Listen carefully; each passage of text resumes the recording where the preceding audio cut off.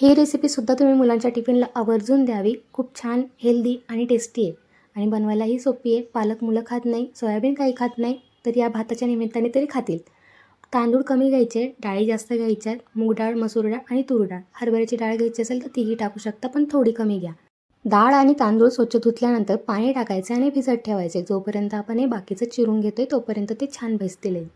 नंतर इथे कांदा, टमॅटो, गाजर, पालक सर्व बारीक चिरून घेतलेलं आहे. आलं लसूण कुटून घेतलेलं होतं. कुकरमध्ये 3 पळी तेल टाकल्यानंतर जिरं, मोहरी आणि कुटलेलं आलं लसूण टाकायचे. लसूण छान ब्राऊन होऊ द्यायचा, तेव्हाच नंतर आपल्याला कांदा टाकायचा आहे. छान टेस्ट येते अशाने पण.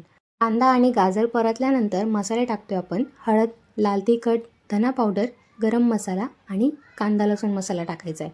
कांदा लसूण मसाला नसेल तर बिर्याणी मसाला वगैरे काही तुम्ही टाकलं तरी चालेल.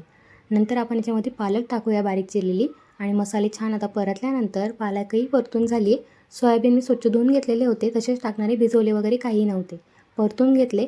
आपण जे डाळ आणि तांदूळ भिजवले होते ते टाकून घेऊया आणि आता मस्तपैकी छान चवीनुसार मीठ टाकायचं, पाणी टाकायचं. आता आम्ही हे घरात खाणार होतो म्हणून जास्त पातळ बनवली. तुम्ही मुलांच्या टिफिनला देत असाल तर कमी पाणी टाकायचं. आणि हां, सोयाबीन काही मुलं खात नाही, तर तुम्ही सोयाबीन भिजवून मिक्सरमध्ये बारीक फिरवून घ्यायचे आणि ते भातात ॲड करायचे.